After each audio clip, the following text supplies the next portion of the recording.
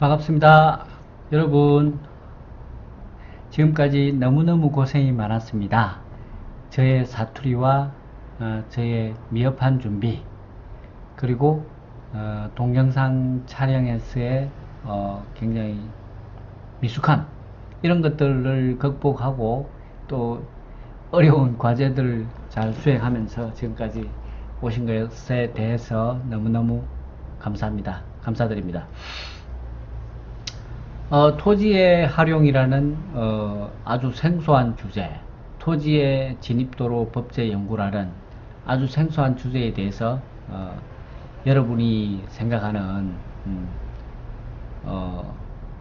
생각해보지 못한 그런 문제에 대해서 제가 어떤 문제 제기를 하고 그 문제에 대해서 충분히 고민해 보도록 제가 유도를 해보려고 어마어마하게 노력을 하고 있습니다만은 여러분들은 저의 미흡한 준비 때문에, 미흡한 실력 때문에 굉장히 어려웠을 것이라고 생각합니다. 그럼에도 불구하고 저는 이제 여러분들을 제가 고민하는, 제가 뭐 18년, 19년, 20년 이렇게 고민했던 이런 문제들에 대해서 여러분이 조금씩 고민을 해서 여러분들의 어떤 시야가, 여러분들의 식견이 확 트였으면 하는 바람에서 저는 노력을 할 것입니다. 그리고 대한민국의 토지 활용의 어떤 새로운 대전환을 만들기 위해서 민법 219조 주의토지 통행권 제도를 국회에서 개정할 때까지 저는 이 강의를 열심히 한번 해보고 싶습니다. 제가 이제 이 토지를 어떻게 활용해야 되느냐 하는 문제에 대해서 토지의 특성에서 발생하는 진입도로가 꼭 필요하다는 어떤 특성에서 발생하는 그런 어떤 다른 자원과 다른 어떤 문제점에 대해서 제가 접근도 했습니다. 그리고 토지의 이용 기술이 바뀜으로 인하여 걸어 다니다가 말에 재갈을 물리면서 말을 이용하다가 안장을 얹어서 말을 타고 다니다가, 그리고 마차가 발명되어져서 마차를 타고 다니다가 또 자동차를 타고 다니다가 이렇게 토지 이용의 기술이 변화됨으로 인하여 토지의 토지 소유권과 관련된 여러 가지 어떤 제도적 변화가 있어 왔습니다. 그것의 대표적인 것들이 보면은 등자라는 게 등장하면서, 말을 탈 때 등장하는 등자라는 게 등장하면서 결국 중세의 소유권 제도가 만들어졌고, 중세의 어떤 제도들이 만들어졌고, 그렇게 됨에 따라서 토지 제도가 아주 중첩적인 토지 제도가 쭉 연결되다가 프랑스 혁명을 겪으면서 결국에 어떤 토지 소유권의 문제가 소유권 절대의 원리, 계약 자유의 원리를 완벽하게 보장해주기 위한 어떤 소유권 절대의 원칙이 등장함에 따라 그러한 제도를 제대로 받아들인 토지 사유제라는, 토지를 사유제하는 자본주의 시장 경제 체제가 만들어졌고, 그것에 반대하는 공유제, 토지의 공유제, 생산수단의 공유제를 주장하는 사회주의 계획경제 체제가 만들어져서 전혀 다르게 발전을 하고 있었지만은 결국 어떤 근대적 소유권 제도는 이제 이미 우리 동양이나 서양이나 어떤 소유권 제도의 물권법의 핵심적인 어떤 자리를 차지하면서 결국에 물론 조금씩 다르지만은 토지의 활용 문제가 굉장히 심각한 문제가 나오기 시작했습니다. 뭐 어떤 거냐면 결국 소유권 절대의 원리 때문에 사유주제를 기반으로 하는 시장경제체제, 자본주의 시장경제체제에서는 결국 소유권 절대의 원리 때문에 도로에 접한 토지랑 공공용 도로에 접한 토지랑 공공용 도로에 접하지 못한 토지가 여러가지 문제가 발생했습니다. 공공용 도로에 접한 토지는 아무런 문제 없이 그 토지를 이용하는데 공공용 도로에 접하지 못한 토지는 결국에 타인의 토지를 출입을 해야 되니까 통과를 해야 되니까 그 통행의 권한과 관련된 문제들 통행의 권한과 관련된 문제들 때문에 여러가지 문제점들이 갈등들이 있어 왔습니다. 그것과 관련된 갈등들이 결국에 물론 그런 것과 관련된 갈등들이 사회주의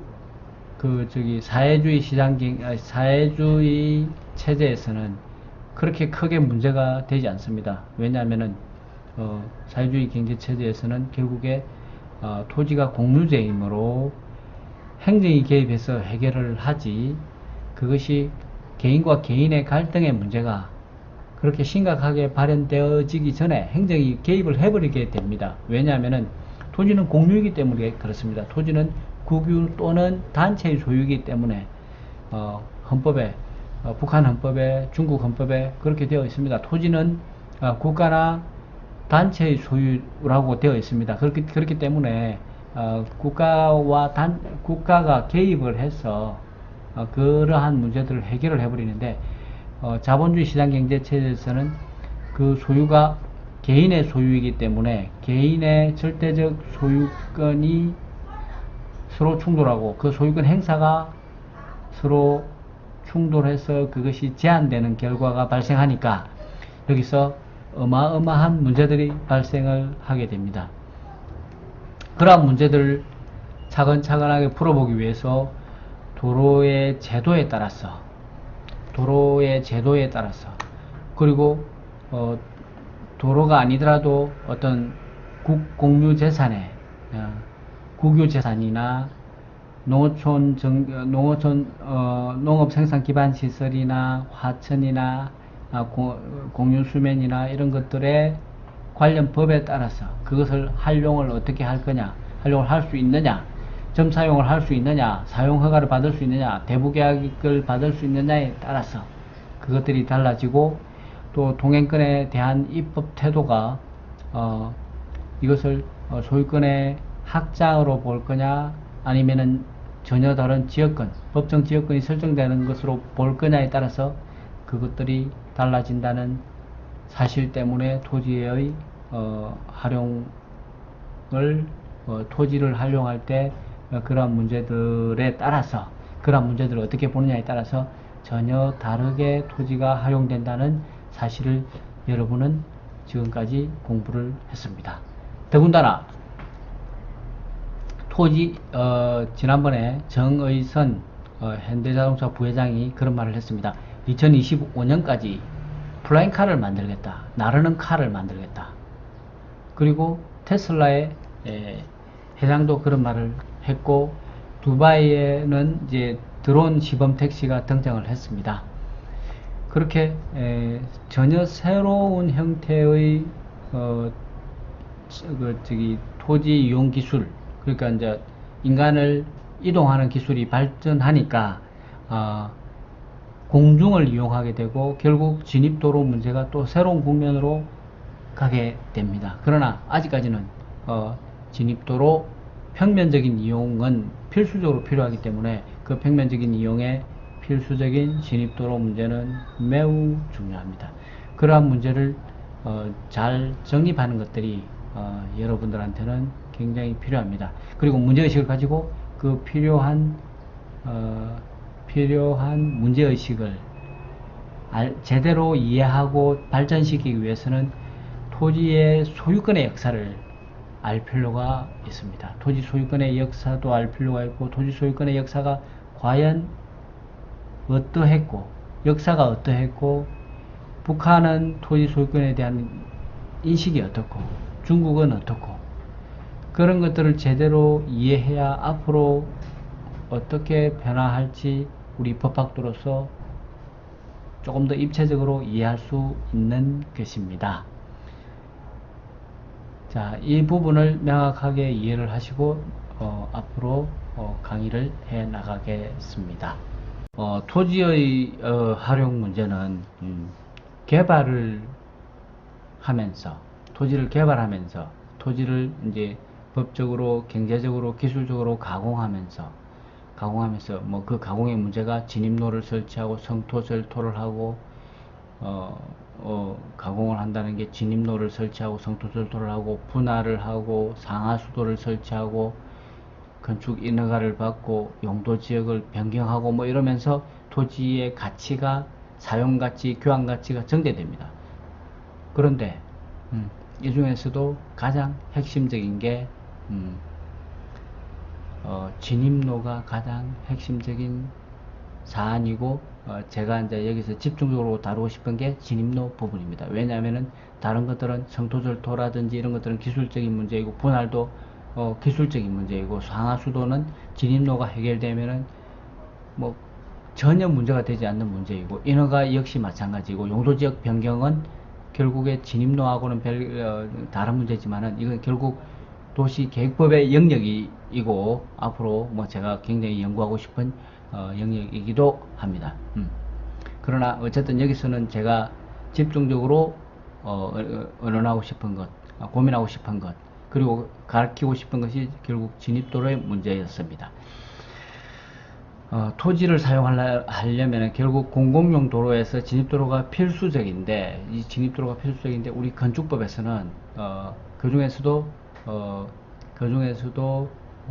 토지를 사용하는 여러 가지 방법 중에서도 1차적인 생산, 1차 산업적인 생산, 그리고 뭐 여가, 산보, 뭐 2차 산업 그런 경우에는 뭐 간단한 동행만 있으면 되지만은, 이것이 이제 2차 산업적인 생산, 그리고 건축이나 공작물을 설치하려면은 결국에 진입도로가 굉장히 안정적으로 확보되어져야 합니다. 안정적으로 확보되어지기 위해서 건축법에서는 교통상, 피난상, 방화상, 위생상이라는 건축경찰법적 입장에서 이 진입도로를 요구합니다. 그래야 건축허가가 나갑니다. 그런데 개발행위 허가 기준에서는 이걸 이제 건축법에서 건축허가를 내어주기 위한 절차와 다르게 개발행위 허가 기준에서는 교통, 소통에 지장을 초래하지 않는 범위 내에서 개발행위 허가가 나가게 됩니다. 이런 경우에는 이제 이 건축법이 예정하고 있는 생각과 개발행위 허가에서 예정하고 있는 어떤 범주가 다르기 때문에 이런 문제가 발생합니다. 건축법의 경우에는 주로 대지와 도로와의 관계를 도시지역에서만 생각합니다. 도시지역에서만 생각하니까 교통상, 피난상, 방화상, 위생상이라는 문제가 결국 도시지역 안에는 여러 가지 인프라가 도로, 상수도, 하수도 등등의 인프라들이 모두 다 국가나 지자체에서 그 시설을 설치해줘야 될 인프라를 설치해줘야 될 의무가 발생하는 지역입니다. 그러기 때문에 도시지역 내의 토지들에 대한 재산세에는 도시계획시설세가 포함되어서 납부하게 만듭니다. 만듭니다. 그러나 비도시 지역에는 그러한 인프라들의 납부 의무가 없습니다. 비도시 지역의 토지의 재산세에는 그러한 도시계획시설세를 납부해야 될 의무가 없습니다. 그래서 그 도시계획시설세 부분이 빠져 있습니다. 결과적으로 비도시 지역에는 교통상 교통상의 이유만을 개발행위 허가 기준에서 문제를 삼지 다른 피난상, 방화상, 위생상이라는 문제를 거론하지는 않습니다. 그러나 결과적으로 교통상, 피난상, 방화상의 문제는 똑같은 문제입니다. 교통상 결국 교통소송의 지장을 초래하지 않으면 방화상의 문제도 없고 피난상의 문제도 없고 교통상의 문제도 없는 것입니다. 그러나 위생상의 문제는 다릅니다. 위생상의 문제는 주로 하수도의 문제인데 하수도의 문제는 결국에 도시지역에는 하수종말 처리장까지 생활 오수나 똥이나 이런 것들이 각 가정에서부터 각 건축물에서부터 그것이 그것이 흘러나와서 하수도를 따라서 하수종말 처리장까지 가게 되어 있고 거기서 처리하게 되어 있습니다. 그러나 비도시 지역은 주로 합평 정화조를 묻게 됩니다. 합평 정화조를 묻어서 거기에 생활 오수나 변 같은 게 들어가서 그것이 어느 정도 정화를 거쳐서 또랑물을 따라서 흘러내려가게 됩니다. 비도시 지역은 그렇게 이제 건축물의 경우에 그렇게 처리를 하게 됩니다. 그래서 개발행위 허가 기준에서 결국 위생상의 문제라는 것이 발생하지 않는 겁니다. 그렇게 이제 그런 측면에서 이제 우리의 건축법이나 개발행위 허가 기준에서 그렇게 보고 있는 겁니다. 그런데 이제 이 교통상, 피난상, 방화상, 위생상의 문제는 결국에 어떤 문제냐면은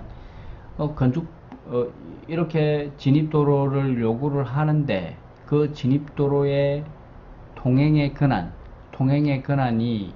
권한이나 시설을 할 수 있는 권한이 결국에 이것이 건축질서법상, 건축경찰법상의 어떤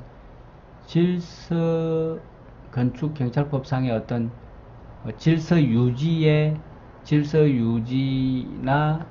피해 예방 여기에만 국한되는 생각을 합니다. 무슨 말이냐면은 완벽하게 진입도로에 대한 사용 권한을 확보해서 완벽하게 배타적인 사용 권한을 확보해서 교통하는데 지장이 없어서 누구나 교통할 수 있고 누구나 그 집에 들어갈 수 있고 누구나 소방차도 일반 119 소방차가 아니라 옆집에서도 들어갈 수 있고 옆집에서도 피난할 수 있고 그런 그 정도의 완벽한 통행권, 사용권, 소유권 이런 것들을 확보하게 한다는 그런 의미는 아닙니다. 왜냐하면은 그런 의미는 결코 아니고 어떤 건축물을 짓는데 들어가는 출입하는 권한,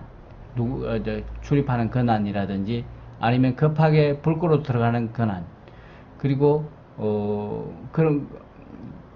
그것을 이사갈 수 있도록 차량이 왔다 갔다 할 수 있는 권한, 그리고 그것을 누군가가 막아버렸을 때 막을 수 있는 어떤 사법적인 권한이 없을 것을 요하지는 않습니다. 꼭 그런 것은 아닙니다. 무슨 말인지 아시겠죠? 이건 결국 건축경찰법상의 요건입니다. 요구하는 요건이기 때문에 결국 이것이 완벽한 어떤 사법적인 방해가 사법적인 토지의 이용을 막을 수 있는 권한이 없을 것을 요하지는 않는다는 겁니다. 만일에 그 정도 되려면 결국 도로의 자유사용권인데 도로의 자유사용권까지 요구되는 것은 아니다라는 겁니다. 진입도로의 요건이 도로의 자유사용권까지는 요구하는 것은 결코 아닙니다. 그걸 아셔야 됩니다. 그게 만일에 도로의 자유사용권까지 요구할 정도의 진입도로라면은 결국 그것은 헌법 23조 3항에 따른 공용수용이나 공용제한의 법리에 따라 가버리면 됩니다. 공용수용이나 공용제한의 법리에 따라서 공공 필요에 의한 수용 사용 제한은 법률로서 하되 정당한 보상을 지급해야 한다.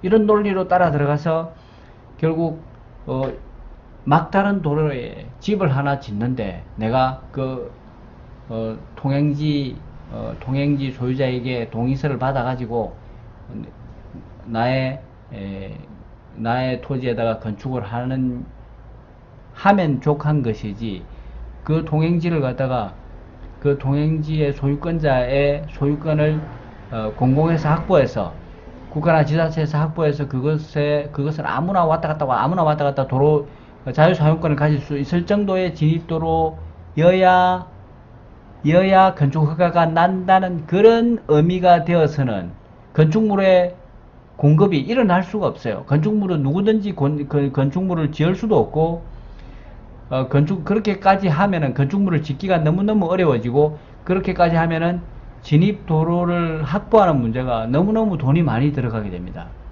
그래서 이러한 진입도로 문제는 공공용 도로와 달리 공용 수용의 법리가 작동하기 어렵다. 공용 제한의 법리가 작동하기 어렵다. 우리가 헌법에서 말하는, 헌법 23조 3항에서 말하는 공용 수용의 법리와 공용 제한의 법리가 작동하기 어렵다는 사실을 명심해야 됩니다. 헌법 23조 3항에 그렇게 되어 있습니다. 공공 필요에 의한 재산권의 수용, 사용 제한 및 그에 대한 보상은 법률로서 하되 정당한 보상을 지급하여야 한다. 이것이 만일에 공용 수용의 법리나 공용 제한의 법리에 따르게 된다면 아주 작은 몇 사람 살지 않는 그런 공간에 그런 공간들조차도 공공용 도로를 전부 다 뚫어줘야 되는 그런 결과가 되어져서 오히려 예산으로 감당하기 불가능해질 수 있기 때문에 그렇습니다. 그것이 이제 필수적으로 이해해야 될 부분입니다. 자, 이게 이제 도로 점용 예시도입니다. 도로 점용 예시도는 결국에 도로 점용 예시도는 아까 설명했으니까 넘어가도록 하겠습니다. 도로와 진입도로. 자, 도로구역이 있는 법정 도로는 도로를 점용하고 연결 허가를 받아서 이것을 해결해야 됩니다. 결국 연결 허가를 받는다는 것은 국도나 지방도나 4차선 이상의 도로는 연결 허가를 받도록 되어 있습니다. 이거는 도로와 다른 시설의 연결에 관한 규칙, 99년 9월 8일부터 이 제도는 도입되어졌습니다. 이 제도는 미국의 액세스 매니지먼트 컨트롤이라는 그 미국의 접근 관리 개념에서 이것이 들어왔는데, 이러한 연결 허가를 받으면은 점용을 받은 것으로 본다, 이렇게 되어 있습니다. 그래서 점용 허가의 원리와 연결 허가의 법리는 전혀 다릅니다.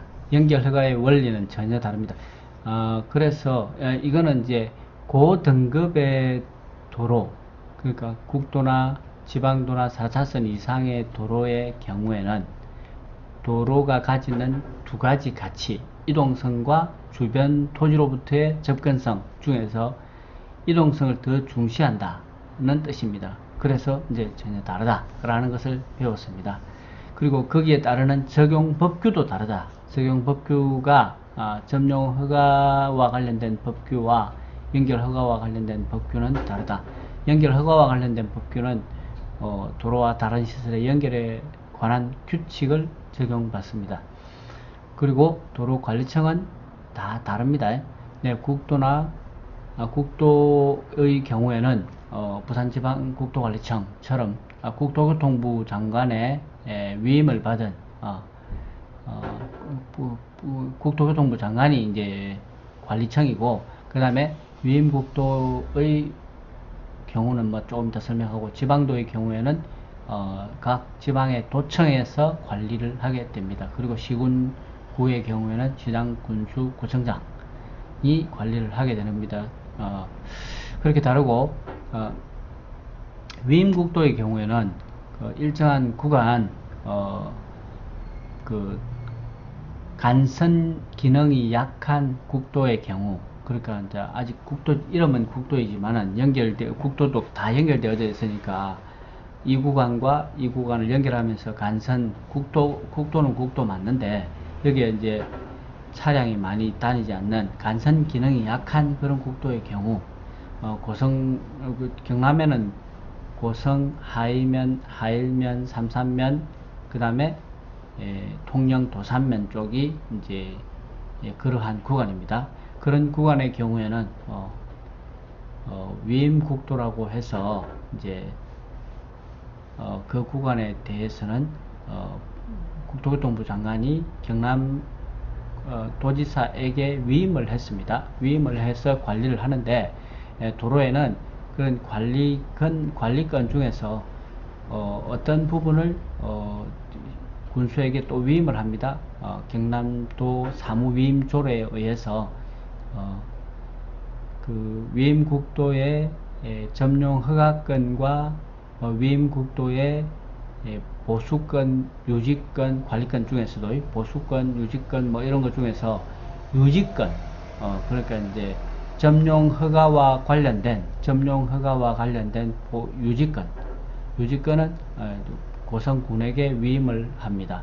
고성군에게 위임을 하기 때문에 고성군수가 점용 허가도 해주고, 그 다음에 풀베기도 하고, 뭐 그리고 뭐 가로등도 갈고 뭐 그런 걸 하고, 보수권, 그 도로에 뭐 많은 부분이 파손되어서 수리한다거나 뭐 그런 것들은 또 경남도에서 하게 됩니다. 그 부분에 대해서도 설명을 했습니다. 뭐 그런 부분은 나중에 또 알면 되는 거고, 도로시설물 인수인계서라고 어떤 도로가, 국도가 만들어지거나 지방도가 만들어졌을 때 이 모든 부분을 국토교통부 장관이 관리하거나 도지사가 관리하기 어려울 때 그 부분을 어떤 범위를 잘라 가지고 그 바깥 외곽 부분은, 도로의 외곽 부분은 해당 지자체의 시장군수구청장에게 위임이 아니라 이제 공법상 계약을 통해서 그 시설물을 인수인계합니다.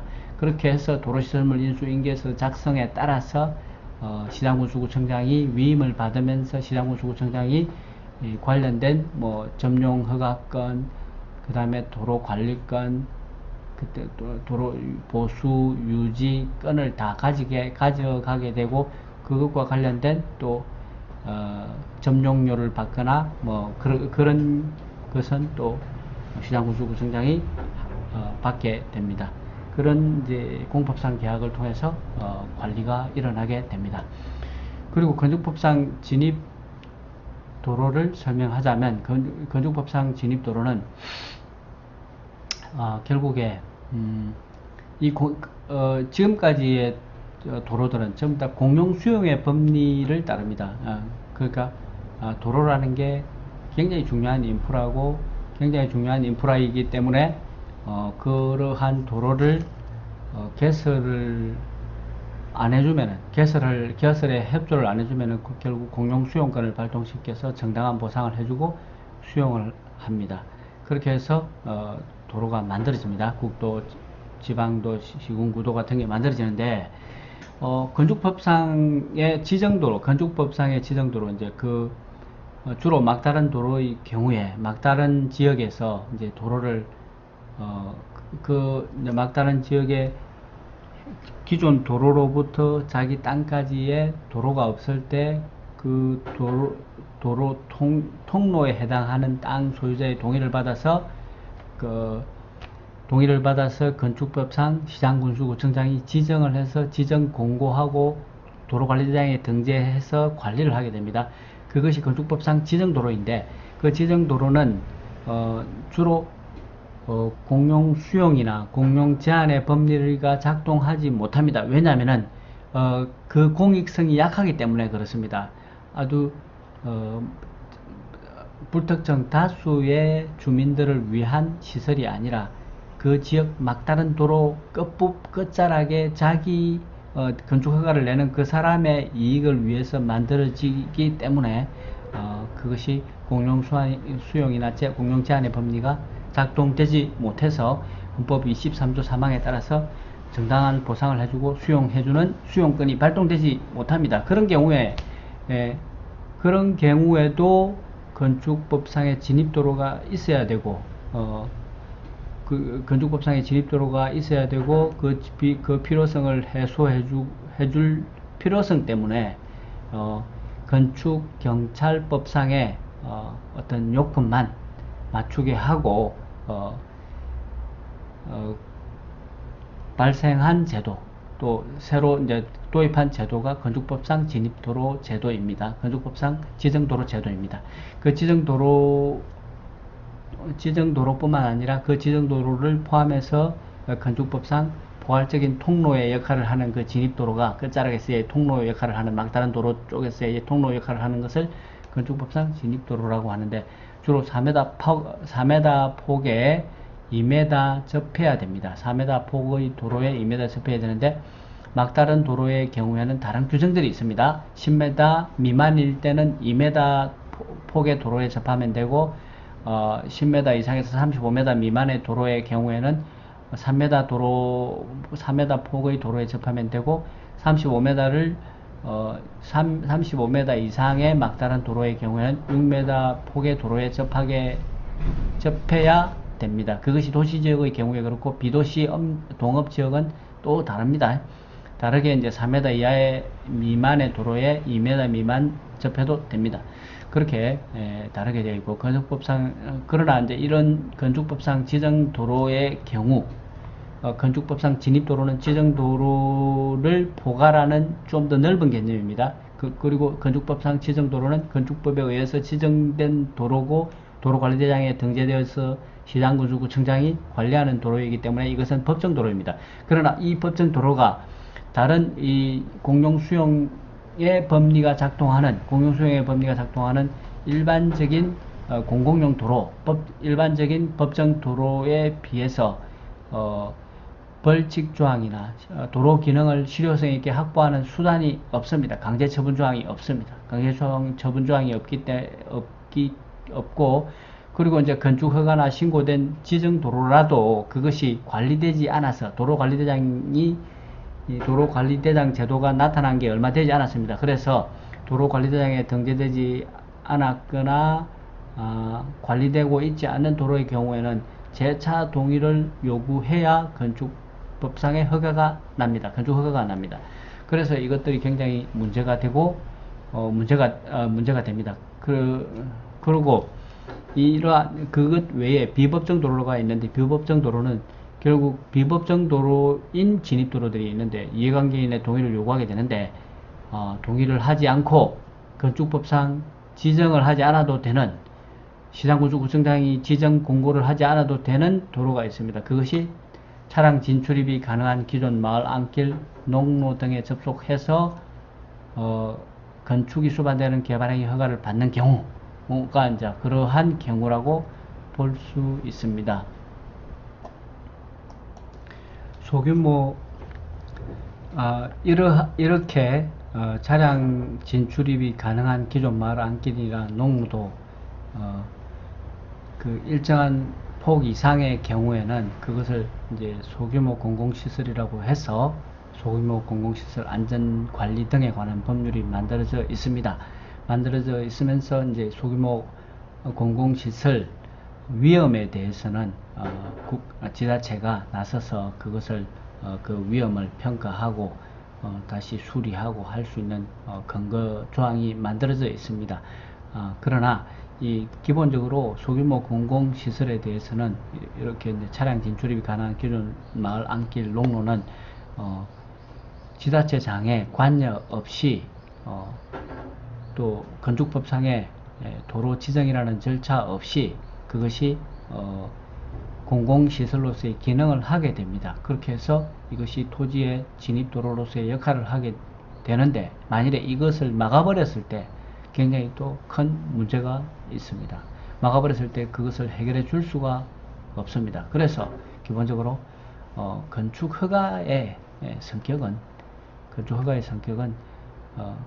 원래 건축허가 없이도 건축을 할 수 있는데, 건축경찰법적 입장에서 건축의 질서를 위해서, 공익적인 질서를 위해서, 토지 질서를 위해서 기존에 상대적으로 금지시켰던 자유를, 건축의 자유를 일정한 조건 하에 허용해주는 그런 허용해주는 이 허가권은 결국 건축 경찰법적 문제만 없으면 허가를 해주는 것이지, 허가를 해준다고 해서 그 통로를 그러한 건축 허가를 받은 부지까지의 통행로에 대한 통행 권한이 있음을 확정해 주는 것은 아니다라는 사실도 유념해 주십시오. 이상입니다.